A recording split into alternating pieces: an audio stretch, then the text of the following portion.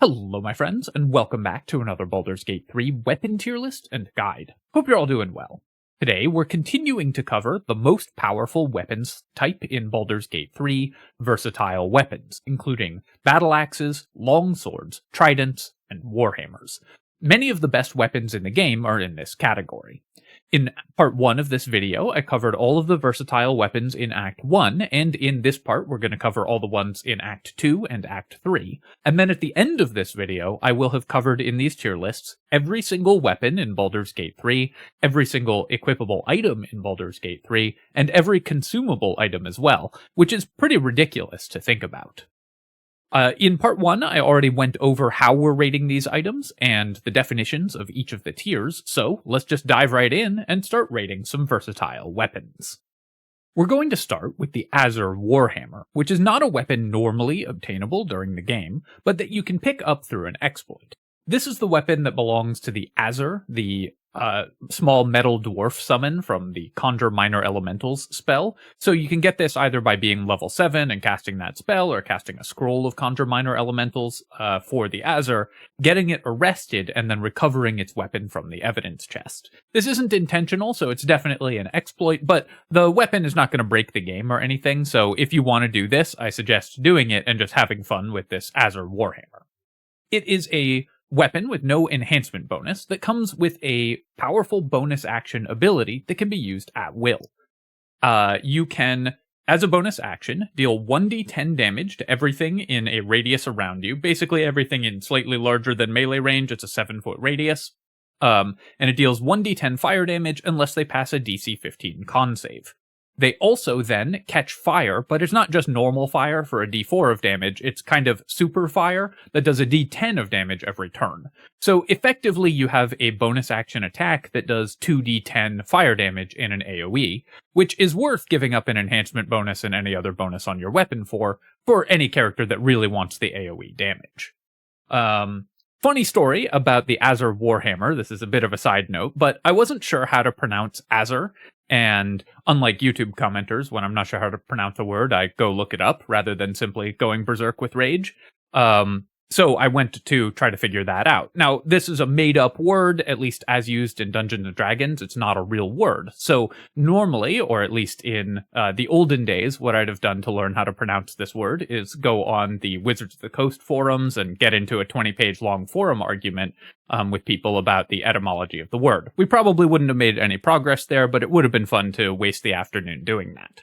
Since those forums don't exist anymore, I went to the next best thing, which is the comment section on the D&D Beyond entry for the Azer in the Monster Manual.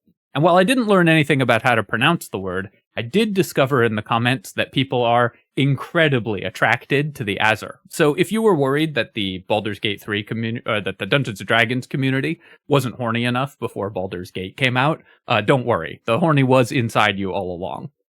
That's all besides the point for how good this weapon is in-game, but it was just very funny to see all of those comments.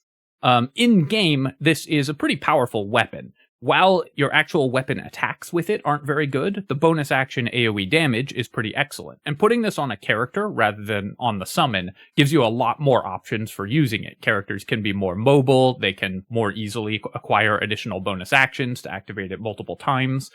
So there's a lot of cool stuff you can do with the Azer Warhammer.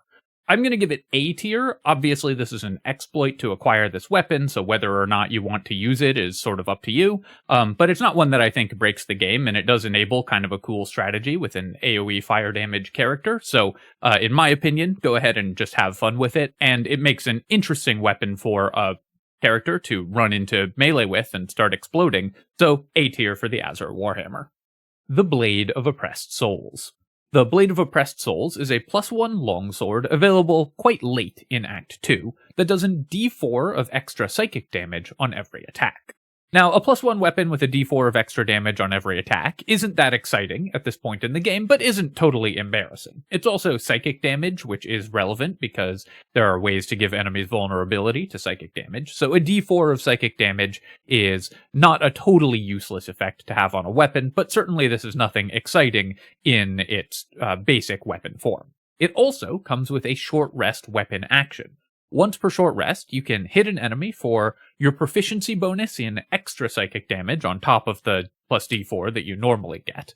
And they have to make an intelligence saving throw or succumb to the Crown of Madness spell. Crown of Madness is a spell that causes an enemy to lose control of its actions and attack the nearest creature, although it doesn't actually work quite that way in Baldur's Gate 3. What the tooltip says is, will attack the nearest creature other than the spellcaster, but in Baldur's Gate, actually, when an enemy has a madness effect or something from confusion, they don't just attack the nearest enemy, they replace their normal AI with the madness AI, which has a couple of effects. They lose the ability to distinguish between friends and foe, and they lose all their safety valves that would normally stop them from running into hazardous areas, blowing themselves up with grenades and stuff. So, in some ways, this makes them much less dangerous, and it can make them hurt their allies or even hurl a grenade and blow up their the whole encounter for you. But it also can make them more dangerous to your party because they're going to just try to kill you with no regard to their own safety, so they will charge through hazards even more than they already will, blow themselves up with grenades, but that can include you. And because this is Crown of Madness as a melee attack, the nearest creature to them is always going to be the person who attacked them with the Blade of Oppressed Souls. So you can definitely get in some trouble with this weapon action. It's not, although it is still a pretty powerful effect. This being an intelligence saving throw is really nice. A lot of enemies have very, very poor intelligence saves, and so you can definitely get them with this Crown of Madness effect. And if you then have like a Misty Step bonus action to get out of there, you can hit them with this, let them go nuts on the rest of the encounter for you while your party stays at a safe distance or something like that. So there's definitely neat things that you can do with this weapon. In combination with the cool but very, very situational short rest weapon action and the okay but not amazing base stats of this item, I think that this weapon is not going to be a mainstay for most characters, but is something that you could use it just to have fun in some encounters or with enemies who have particularly dangerous area of effect attacks in order to get them to hit their allies with them. So I'm going to give it B tier, although I will say this is probably on the lower end of B tier, but the base stats of the weapon aren't that bad either, so in combination with a situational effect, I think B tier for the blade is pretty fair. The Chargebound Warhammer. The Chargebound Warhammer is a normal +1 Warhammer, with no special magical effect, so obviously it's not very good, unless it's bound to a Pact of the Blade Warlock or an Eldritch Knight. If an Eldritch Knight or Pact of the Blade Warlock has this bound as their bound weapon, then it gets an additional +1 bonus, becoming a +2 Warhammer, and does an extra d6 of lightning damage on every single attack. A +2 Warhammer that does a d6 of extra lightning damage on every attack, available at the beginning of Act 2, is really, really powerful. It's one of the best weapons that you'll have access to. It's amazing for a one-handed weapon in terms of its damage output. And so for characters that are looking to bind a weapon and actually make melee attacks with them, obviously many Eldritch Knights will be throwing builds, but for ones that aren't, the Chargebound Warhammer is going to be excellent. This weapon's stats are just awesome if you're binding this as a weapon, so while of course it is useless for characters that don't bind weapons to themselves, for the characters that do, the Chargebound Warhammer is best in slot at the point where you get it, because the stats of this weapon are just so high. S tier for the Chargebound Warhammer. The Cruel Sting. The Cruel Sting is a +1 longsword that lets you cast the spell Ensnaring Strands once per short rest. Ensnaring Strands is basically the spell Ensnaring Strike from Ranger, but slightly different. Basically, you make a normal weapon attack, but because this is a spell cast, it takes your whole action, so even if you have extra attack, it's your whole action, not just one normal weapon action, like other weapon actions would be. And if you hit, you deal normal weapon damage, and the enemy has to make a strength saving throw or become enwebbed. Enwebbed is a pretty good debuff. Enemies who are enwebbed can't move, they have disadvantage on attack rolls, and all attack rolls against them have advantage. So a pretty powerful debuff that you can cast on a single enemy as a melee spell once per short rest.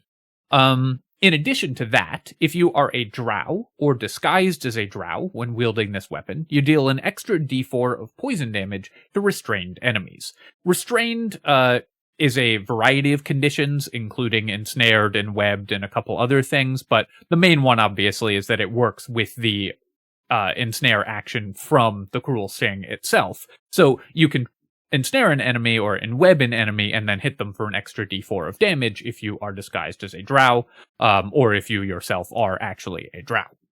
The spellcast here is basically a level 1 ranger spell that you get once per short rest. It's not that impressive in and of itself. And the additional d4 of damage against restrained enemies is also not particularly great, in my opinion. An enemy who's restrained is debuffed so heavily that it doesn't really matter that you're doing extra damage to them, because they're more or less out of the fight regardless, so killing them faster doesn't really get you that much. And the fact that this gives you a level 1 ranger spell once per short rest is also not super impressive at the point in the game where you get it, because we're in Act 2 now. We probably have better spellcasts that we want to do. That being said, the extra damage that you can get from this you can use on other sources of restrained, and it also works not only on weapon attacks with this weapon, but on all the damage that you do. So if you're dealing damage with like an offhand weapon to a restrained character, if you're a dual-wielding character, then you'll deal the extra d4 of poison damage with the offhand weapon as well.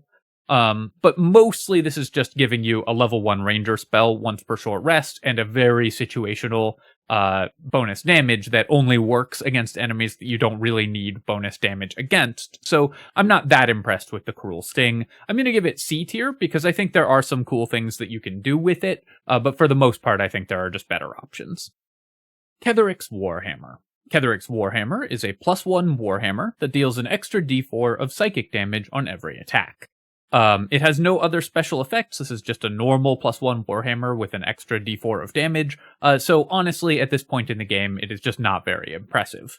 You also get the Blade of Oppressed Souls in basically the same location, which is a +1 Longsword with a d4 of extra psychic damage, and an extra weapon action that you can use. So not only is Ketheric's Warhammer just not that great a weapon in and of itself, it also is competing with an almost strictly better weapon. Bludgeoning damage is usually a little better than slashing, and Warhammers have better weapon actions than longswords, but otherwise the Blade of the Oppressed Souls is almost strictly superior to Ketheric's Warhammer, and available in the same location, so there's just not really a reason to use this weapon, just outclassed by the other options at this point.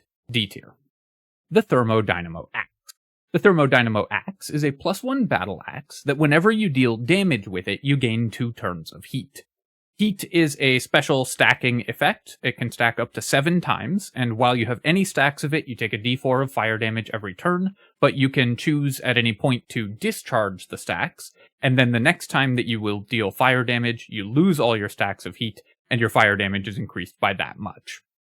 Notably, this weapon itself does not deal fire damage by default, so if you want to use the heat on attacks with the weapon itself, you'll need to dip it in fire or enchant it with fire, or wear like the infernal gauntlets that make your attacks do fire damage. But the Thermodynamo, the Helldust gloves that make your attacks do fire damage, but the Thermodynamo Axe can easily be given fire damage in order to discharge the heat itself on the weapon attacks.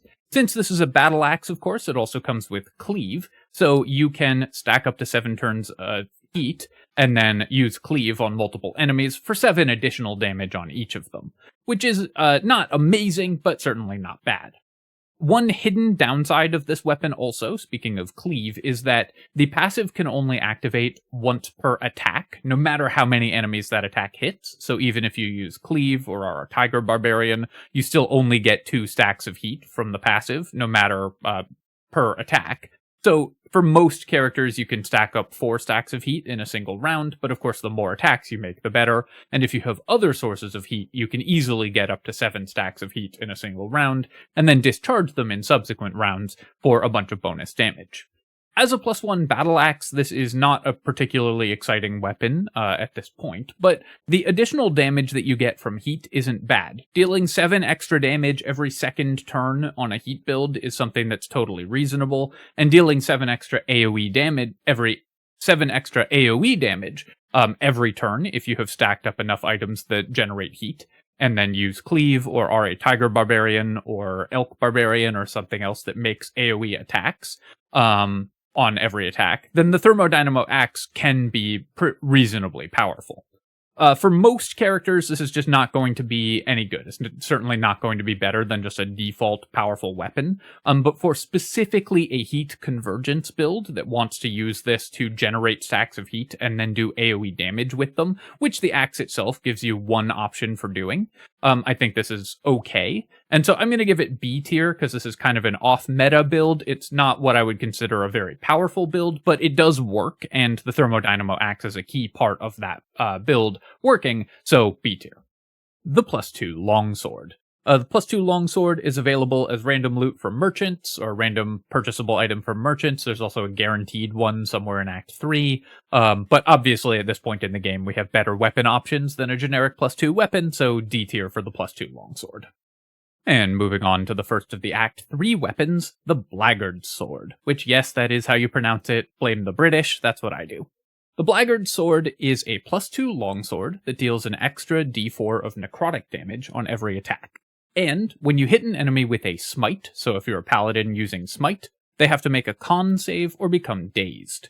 Dazed is not a bad condition. It prevents enemy reactions and gives them a penalty to their armor class, so it's a pretty powerful condition, and preventing reactions, of course, is good, especially on honor mode, where a lot of bosses have really powerful reactions. But the con saving throw on this effect is DC 13, so enemies are extremely likely to pass it at this point in the game. Constitution saves are one of the worst to target in general, because enemies typically have high constitution, and DC 13 is just not reliable at this point in the game. That being said, this is a passive benefit to something that you already wanted to do anyways, so if you're a paladin who's smiting frequently, then adding a little bit of extra value to your smite attacks is certainly not bad at all. Weirdly, this does not work with the special smite spells, only with the actual smite action. So a sword bard who's learned the smite spells can't use the Blackguard Sword, and it doesn't work if you actually cast a smite spell. I personally think this is a bug and would support changing it if there's a modder out there who wants to really juice up the Blackguard's Sword. But as is, this weapon is only useful if you are a paladin who's making smite attacks and want to daze enemies. Now, if you're smiting an enemy, chances are you don't care that much about dazing them, because you're probably intending to kill them that round if you're expending a smite. And as a +2 longsword with an extra d4 of necrotic damage, this isn't a bad weapon, but it definitely has lower stats, just at base, than the other weapons available in Act 3. So you are definitely giving up some damage compared to some of the more powerful weapons at this point in the game.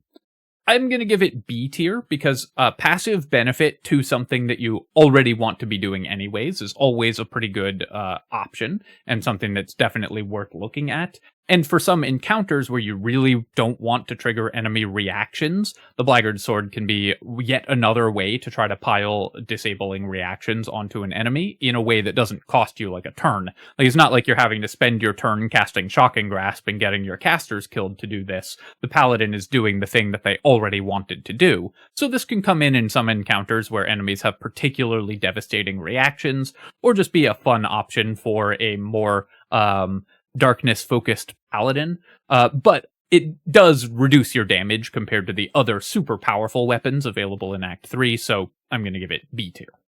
Next up, the Clown Hammer. The Clown Hammer is a weapon that seems like a joke, but really isn't. This is a +2 Warhammer that whenever you score a critical hit, both you and the target have to pass a DC 17 Wisdom save, or get affected by Tasha's hideous laughter. Basically, you become incapacitated, fall over on the ground, and are unable to do anything for 2 full turns, but you do get a new saving throw against the effect whenever you take damage. Getting a full stun every time you hit an enemy with a critical hit is very powerful, but obviously the downside of this weapon is pretty tremendous. Having every critical hit potentially incapacitate your character is pretty bad. You can boost your wisdom save to avoid this effect, but this would probably disqualify most characters from using a weapon.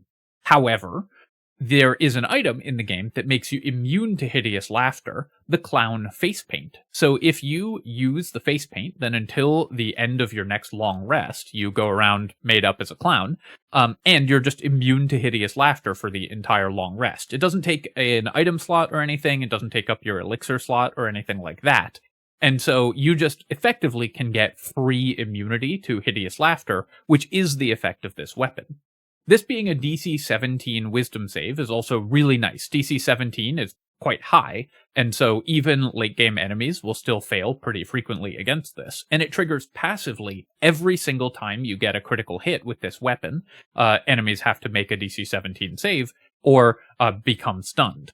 This obviously combines extremely well with critical hit gear to get more frequent critical hits, and with characters that attack with advantage regularly in order to get more frequent critical hits.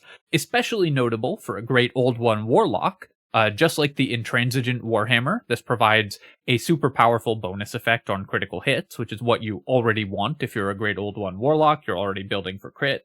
And this basically gives you a second instant win saving throw that enemies have to make every time you get a critical hit as a Goo Warlock, so the Clown Hammer is really powerful for them. This seems like a goofy item, and obviously it is. It's a very silly image going around bonking people with the big wooden mallet while your face is painted like an evil clown, but the evil clown build is actually quite real. This is very, very dangerous to a bunch of enemies. It can instantly win a lot of encounters. Hideous Laughter is also notable in that a lot of late-game bosses that are immune to a lot of other debilitating or stunning effects are not immune to Hideous Laughter for whatever reason. So the Clown Hammer can stun like Raphael, who normally can't be stunned by most things, and a bunch of other late-game bosses are vulnerable to this effect. So running around and bonking people with clown paint on is a totally legit Baldur's Gate strategy and also very funny. I'm going to give it A tier because you do have to build around this effect and you have to be willing to run around looking like a clown all game. But for those of you who are out there and for the juggalos and stuff in the audience as well, the Clown Hammer is going to be a pretty excellent weapon, A tier. Next up, Duke Ravengard's Longsword. This is a +1 longsword that gives you a +2 to your charisma, while you hold it up to a maximum of 24. Now, you can reach 24 charisma without having to use an item. With the Shar's Mirror and Ethel's Hair, you can get to 24 charisma just by default on your character. But if you don't have both of those bonuses or haven't invested in ability score improvements in order to increase your charisma, this item can help let you get the maximum amount of charisma just by holding a weapon. In addition to that, whenever you kill an enemy, allies within 30 feet of you get temporary hit points equal to their charisma modifier. The tooltip says your charisma modifier, but it's lying. It's actually their charisma modifier. The bonus temp HP here have a minimum of 1, so even allies with very low charisma modifiers will get 1 temp HP, but for the most part we can pretty safely ignore that effect. Unless you're an all charisma party, this effect will rarely give you an amount of hit points that is worthy of paying attention to. In addition to that, you also, once per short rest, can use Commander's Strike, the Battlemaster maneuver that lets you use your action and bonus action, and an ally's reaction to have them make a single weapon attack on their next turn. If that sounds like an awful lot of resources to spend on a single weapon attack, that's because it is. Commander's Strike is an extremely action-inefficient use of your turn, and I highly recommend not using this ability ever because it just reduces the effectiveness of your party. Maybe if you have like one particular character who does all your damage for whatever reason, then you could use this.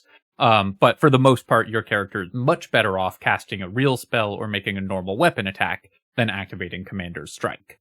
The main use, therefore, of this weapon is just increasing your charisma by 2, and increasing your charisma by 2 is very good, especially if this is a weapon on, for example, a sword bard archer character who doesn't really need to have their actual weapon do anything and just wants the increased charisma.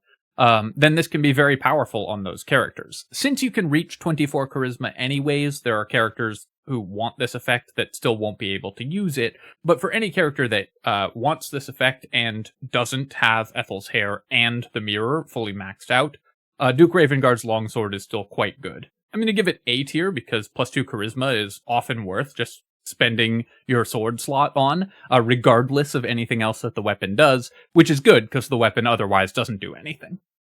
The Dwarven Thrower. The Dwarven Thrower is a +2 Warhammer that has the thrown weapon property. So unlike other Warhammers, you can throw it and it will deal its normal weapon damage and everything. And it's a homing weapon, so when you throw it, it returns and becomes equipped again. So you can throw it multiple times in a turn. If you have extra attack, you can throw it and then pick it back up. You can also throw it from your inventory if you get disarmed of your weapon, and it's a way to equip a weapon without having to spend your turn actually picking up a weapon or doing something like that. Thank you to the person who pointed that out in the comments of a recent tier list. So that's a cool trick with these homing weapons. In addition to that, if you are a dwarf, or like all of the other weapons that require require you to be a certain race, if you're disguised as a dwarf, it deals an extra d8 of bludgeoning damage on every attack, and this does work when you throw it. And if the target is large, huge, or gargantuan, so anything bigger than a person, basically, it deals an extra 2d8 damage. On Tactician mode or below, this extra damage also comes with the usual damage rider bugs, where it will apply your Tavern Brawler damage twice, and that extra d8 or 2d8 of damage can be applied multiple times if you have other damage riders. On Honor mode, those have mostly been fixed, though you'll still see this weapon deal more damage than intended occasionally, but for the most part, this is going to be a weapon that deals 3d8 of damage when you throw it, and homes on the attack. This is a ton of damage. It's the best single-target throwing damage weapon in the game, with the exception of the Lightning Jabber if you're abusing the bugs with that weapon, but used as intended, it's the most damage that you can do to a single target. There's two basic questions, though, with the Dwarven Thrower. Firstly, are you playing a dwarf, or are you willing to go around always disguised as a dwarf? If not, then you won't get the benefits of this weapon and shouldn't use it. And second, is it better than Nyrulna? These are the two premier throwing weapons in the game, the Dwarven Thrower and Nyrulna. And Nyrulna does more AoE damage and comes with a bunch of cool passive benefits, but the Dwarven Thrower does more single target damage, so which is better? The real answer is you should just use both. You should use Nyrulna for encounters where you need AoE damage or want the passive benefits, and the Dwarven Thrower for where you really want single target damage against a large enemy. And so throwing characters should have the Dwarven Thrower as a weapon option because of the incredible damage that it does to single enemies, and that is often what you use your throwers to do, is kill the most powerful enemy in an encounter as fast as possible, and the Dwarven Thrower is by far the best way to do that. S tier for the Dwarven Thrower. The Hammer of the Just. The Hammer of the Just is a +2 Warhammer that deals an extra d4 of radiant damage on every attack, and an extra d6 of additional bludgeoning damage when attacking a fiend or an undead. Some of the most dangerous encounters in the game are fiends and undead, so the extra d6 of damage against those, of course, is very, very relevant. And you know how I feel about radiant damage. Anything that does radiant damage can't be that bad in Baldur's Gate 3, because it lets you more easily trigger radiating orbs and reverberation, and those are some of the most powerful things that you can do in this game, so any radiant damage weapon is always worth looking at. This one has a pretty reasonable, if somewhat situational, bonus effect on top of just being a +2 weapon that does a d4 of radiant damage. So it's going to be pretty good for any character that wants to do radiating orbs. You can either use it full time or substitute it in for your normal weapon if you're fighting the enemies that it's particularly good against. It also gives you Detect Thoughts, castable once per long rest, which you can mostly ignore, but isn't completely useless. Because Detect Thoughts is a concentration spell, it can allow you to trigger the Strange Conduit Ring for an extra d4 of psychic damage. It can let you disable it to cast a Concentrated Blast, the Illithid power. So the Detect Thoughts on this weapon is not something that I would go out of my way to get, but is a nice, if extremely minor bonus on top of its normal effect. Mostly this is just a good weapon for some of the hardest encounters in the game. Fighting fiends and undead with this weapon feels pretty good because it just does a lot of damage per swing and helps you trigger reverberation and radiating orb, and those tend to be good against those types of enemies as well. So the Hammer of the Just is just a pretty solid weapon. A tier. The Katana. This is just a +1 longsword that's been reskinned. It's a bit of an Easter egg. It's just a katana, but it's a +1 longsword. I think probably the fact that a normal katana is equivalent to a +1 longsword is a reference to an extremely famous Dungeons & Dragons copy pasta about the superiority of katanas, which you should look up because it's very funny. But other than that, it's just a normal +1 longsword, D tier, obviously in Act 3. Next up, Nyrulna.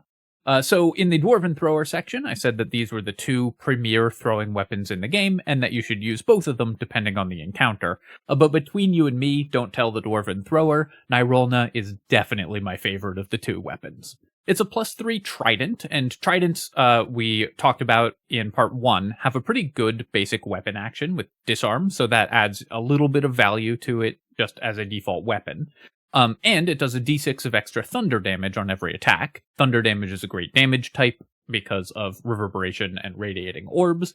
And so, just as a normal weapon, even before you get to any of its 95 or so magical abilities, Nyrulna is a pretty powerful legendary weapon already. In addition to that, when you throw it, it homes and comes back and equips on yourself, and makes a 20-foot radius explosion for 3d4 thunder damage. This explosion can be pretty dangerous to your party because 20-foot radius is very large, but because 20-foot radius is very large, you can hit almost every enemy in most encounters with this for a ton of AoE damage, especially if you're throwing this weapon multiple times per turn. In addition to that, while you have the weapon equipped, you get 10 feet of extra move speed and jump distance, and can't take falling damage, which is super relevant for moving around for either a character using this as a melee weapon or a throwing character. Being able to jump and move much faster is always going to be very good. The increased mobility that this weapon gives you a lot more optionality in combat. It glows with a 20-foot radius of light, and gives you 2 super powerful spells, a 6d8 thunder damage rush attack, and a gust of wind for 6d6 thunder damage that pushes enemies back. So it gives you so many powerful abilities that you can activate pretty frequently, in addition to just being an incredibly powerful weapon at base. Nyrulna is usually seen in build guides as a throwing weapon, because throwing it is really good and it's one of the few homing weapons in the game, but something that I will suggest about Nyrulna is that it is also one of the absolute best in-slot weapons, just as a normal one-handed weapon. Any character using this weapon as a d6 of damage with a d6 of thunder damage, +3 weapon, and all of the awesome passive benefits that it gives you, as well as the really powerful spells that it gives you, is going to be better off than with pretty much any other weapon in the game. So even if you're not using this weapon for its most optimal usage on a throwing character, Nyrulna is still like a top 3 weapon in the game. This weapon is unbelievably good, and goes in pretty much every party, no matter your party composition, for quite a lot of value. Even if you just sub it in to use its super powerful spells and then switch to a different weapon, you're getting a lot out of it. And the passive benefits are some of the strongest of any stat weapon in the game. So even if you use this on like an archer or mage, just for the passive 10 feet of movement speed and jump distance, that's still very good. Basically, any one of the parts that this weapon gives you, the awesome damage, the homing weapon, the explosion, the spells, the passive benefits, would make it an excellent weapon all by itself, and it gives you all of them at once. Nyrulna is obviously S tier, and a strong contender for the absolute best weapon in Baldur's Gate 3. The Orphic Hammer. The Orphic Hammer is a story legendary weapon. It's a +3 Warhammer. That gives you advantage on saving throws against spells, and at will, as an action, you can remove restrained, paralyzed, or stunned from an ally. So you can remove entangled, you can remove paralyzed, and you can remove stunned. I'm a big proponent of freedom of movement, the spell. Not for casting as a day-long spell, but just to have in your back pocket in case an ally gets stunned, because an emergency unstun button is a pretty powerful thing in Baldur's Gate 3. One of the easiest ways to lose honor mode is if your characters fail a couple bad saving throws and some members of your party get stunned. So having a character who can unstun them is pretty valuable in a lot of situations, and can save you from otherwise inevitable party wipes if you get unlucky. You can combine this with the Baldur Helmet, which makes you immune to getting stunned yourself, in order to have a character that can always help its allies out of being stunned. And since there are some very dangerous enemies that stun quite frequently in the late game of Act 3, having the Orphic Hammer gives you a tremendous amount of safety cushion against those enemies. Obviously, this item is critical for a bunch of story events, so you're going to need it regardless, because it's pretty key to the storyline of Baldur's Gate 3. I mean, you don't need it, but it's very important to the storyline of Baldur's Gate 3, so you will probably want it. But just as a weapon that you're using in combat, being able to break enemies out of these stuns and having advantage on saves against spells is pretty powerful for just a support character. So you can use the Orphic Hammer just to give yourselves a lot of leeway in some of these encounters. I'm going to give it A tier because it does reduce your damage compared to other weapons. It's a much more defensive option, but for a party that's looking for a safety button, a panic button, or is a more defensively oriented party, or for a support character that is intending to not do a ton of damage but wants to be able to support their allies, the Orphic Hammer makes an excellent weapon when used as an actual weapon. The Sword of the Emperor. The Sword of the Emperor is a +2 longsword that deals an extra d4 of damage against shapeshifters or polymorphed creatures. So if an enemy changes its form in some way, you deal an extra d4 of damage against them, and you deal an extra d4 of damage against all shapeshifters. In addition to that, you have a flat +2 bonus to your saving throws against spells. In a lot of ways, a +2 bonus to your saves against spells is better than advantage on saves versus spells that, like, the Orphic Hammer gives you, because advantage on saves against spells is a little easier to come by. So having the Sword of the Emperor give you the +2 bonus is nice in some ways. It can make that character very, very resilient to spells if you combine it with another weapon or another item that gives you advantage on your saves. The d4 of damage against shapeshifting enemies, of course, is quite relevant against a lot of enemies in Act 3. There's a lot of shapeshifters, and so it deals a bunch of extra damage against them. Now, a +2 longsword that deals an extra d4 of damage isn't super exciting at this point in the game. It's fine, but not amazing. So it's not going to break those encounters wide open, but it's a nice little benefit for those encounters. The main benefit here, though, is the +2 to saves against spells, and while that is relevant, it is a purely defensive benefit on your weapon slot, and I would generally prefer my weapon slot to make me deal more damage, because that's what weapons are for. So I'm going to give the Sword of the Emperor B tier. If you have a character that really needs to pass saves against spells, this can be a great weapon for it, and it does have use in encounters against shapeshifters. But for the most part, I think you will prefer to use a weapon that just does more damage. The Trident of the Depth. The Trident of the Depths, not to be confused with the Trident of the Waves, is another one of the items that you can only acquire through exploits. It's similar to the Azer Warhammer in that it is a weapon, a special weapon that Summon has that normally you can't acquire because it's the Water Myrmidon's weapon, and the Water Myrmidons normally can't be disarmed of this weapon, but you can get it through exploits either by getting arrested while you have a summoned Water Myrmidon, or through respecking and then dismissing a druid hireling. So there's a couple ways to get this in the game, but it's not really an intended mechanic. This is a +3 trident that deals an extra d6 of cold damage on every attack, which obviously is incredibly powerful just as a +3 trident by itself. And it also comes with a special at-will weapon action, Hyamel Strike. Hyamel, by the way, is a real word, and it is pronounced with 3 syllables. Hyamel, it means wintry. And Hyamel Strike is going to take your entire action. So if you have a character with extra attack, it will cost them their extra attack.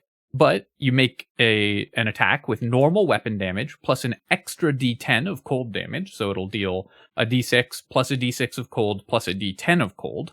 And then enemies have to make a DC 13 Constitution saving throw or become vulnerable or become chilled. Chilled enemies are vulnerable to cold damage. And then if you get them wet with any source that gets them wet, they become frozen and stunned. This source of chill is pretty easy to apply. You can do it once per turn with your action, or twice per turn if you're a hasted character, of course. And this is a weapon that has a tremendous benefit if you are a character who wants to make weapon attacks but doesn't have extra attack. This at-will weapon action just improves your effectiveness dramatically.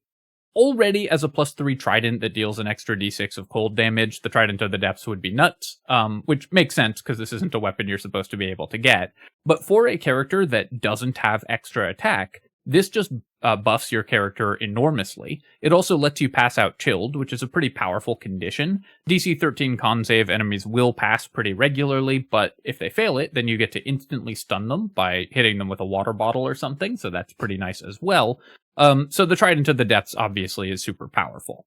I'm going to give it S tier, of course, though it's only acquirable through an exploit, so whether you do want to use this weapon or not is up to you, but it is really quite nuts if you get it. Honestly, I don't think this breaks the game the way some of the other exploited weapons do. It's not like the Deva Mace or whatever, but the Trident of the Depths is a pretty sick weapon that you can use, especially on a Spore Druid or something like that doesn't have extra attack, but still wants to make weapon attacks, to generate a ton of value with High Hummel Strike, because the Trident of the Depths is so good for characters without extra attack. S tier. The Trident of the Waves. The Trident of the Waves is a +1 Trident that whenever you hit an enemy, gets them wet and creates a water surface of 7-foot radius around them. Making water surfaces and getting enemies wet is, of course, super powerful in Baldur's Gate as well as in fanfiction, and so it is going to be very, very useful for any party that's doing lightning or cold damage to have at-will wet inflicted by a weapon attack. One downside or thing that sort of holds this weapon back is that it doesn't apply when you throw it, so even though the Trident of the Waves has the thrown weapon property, because it's a trident, also somewhat ridiculous, throwing a trident doesn't make sense, but I guess just roll with it because it's Dungeons & Dragons. You won't get the wet effect when you throw it, which would make this weapon much more interesting. As is, being able to apply wet while also hitting with a weapon is something that can be pretty useful to a variety of parties. It's easier usually to just throw a water bottle, but this lets you do that while also doing some damage, so it can be used in some niche strategies. One really fun thing is that this lets you get enemies wet by hitting them with a weapon, so if they're chilled, they instantly become frozen. A neat build that I had fun with, I actually used this build in a playthrough just for fun, is a character with dual wielder and the Trident of the Depths in the main hand and the Trident of the Waves in the offhand. So you could make a bonus action attack with the Trident of the Waves. And so that build let you make High Hummel Strike to get enemies chilled, and then a bonus action offhand attack with the other Trident to get them wet and freeze them instantly, which was pretty fun. Maybe I'll do a build guide to that build at some point, though it is just based around those two weapons. But overall, this is a very niche strategy, so I'm going to give it B tier, I think, because wet is just a really powerful condition in Baldur's Gate. Creating water surfaces is great, because then you can freeze them to have enemies fall over and stuff like that, but it does reduce the damage output of your character dramatically. I'd say low B or high C, but if you have a lot of synergy with this weapon, then it is worth using, so I'm going to give it B tier on balance. Next up, the Vicious Battleaxe. Okay, so firstly, it's a good thing they don't put me in charge of designing weapons for these types of games, because if I saw the Vicious Battleaxe in the design document, I would instantly want to make an identical weapon that just does acid damage instead and call it the Viscous Battleaxe, just to really confuse players. But that's why they don't let me near game design. The Vicious Battleaxe is a +2 Battleaxe that whenever you score a critical hit, deals an extra 7 damage. Now, importantly, this doesn't have to be a critical hit with the Vicious Battleaxe itself. Any weapon you attack with or unarmed strike that you make while the Vicious Battleaxe is equipped is going to deal that extra 7 damage. So if you have a bow and you're critically hitting with the bow, you'll deal 7 extra damage. If you are using 2 weapons and are attacking with the other weapon, you'll deal an extra 7 damage. If you're a monk making a flurry of blows attack, in addition to having the Vicious Battleaxe equipped, you'll deal an extra 7 damage. So this is pretty powerful just to add 7 extra damage to other things. As a weapon itself, it also does not work on spells, by the way, so you won't get the 7 extra damage on critical hits with Eldritch Blasts. As a weapon to attack with itself, the Vicious Battleaxe, I think, is okay. It's a +2 Battleaxe, which gives it a moderately reasonable floor in terms of how powerful it can be. Just as a +2 weapon, it's fine. And the extra 7 damage on crits is a totally reasonable benefit, though for critical hit focused builds, I think we can just do better. 7 extra damage is not that much better than just a d4 of extra damage on a critical hit, and this only worked because a d4 of extra damage on a critical hit, that's 2.5 extra damage on average, that gets doubled on a crit to 5 damage. So you only get 2 more damage than a weapon that just has an extra d4 of damage when you crit, and nothing when you don't crit. So generally I'm going to prefer a weapon that just does extra dice of damage over the Vicious Battleaxe when I'm actually using a critical hit focused build. However, as a passive stat stick for an archery build, the Vicious Battleaxe is pretty nice. You can use this alongside a critical hit focused archer to add 7 extra damage to all of your attacks.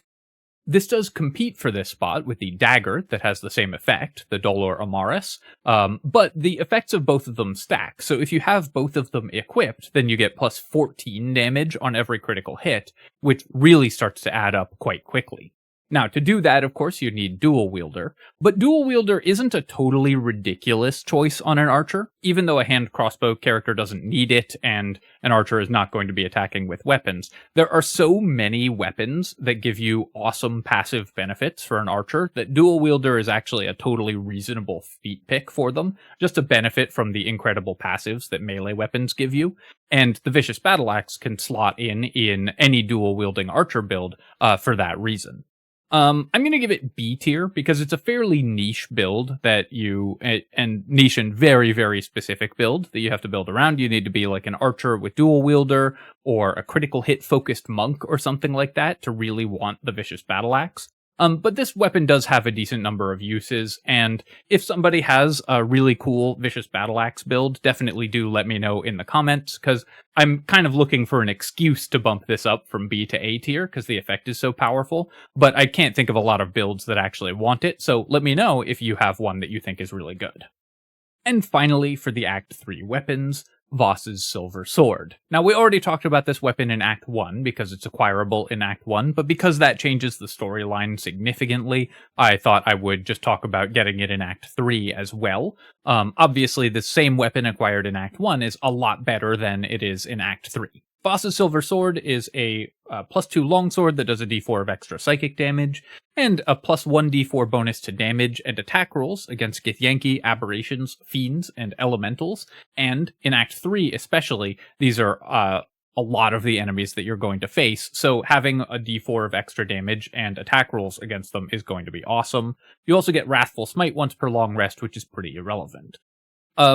The Interplanar Slayer effect that gives you the extra d4 of attack rolls and damage is passive, so this will work as a stat stick for archers for these types of combats, and it's a huge benefit as a passive benefit that you can just have by having this weapon equipped for these types of combats, which are very common in Act 3. In addition, a +2 longsword that deals an extra d4 of psychic damage, totally reasonable and very good in some encounters. Obviously, this weapon has suffered a bit by being moved from Act 1 to Act 3, but it's still a totally reasonable weapon that you can use in some encounters.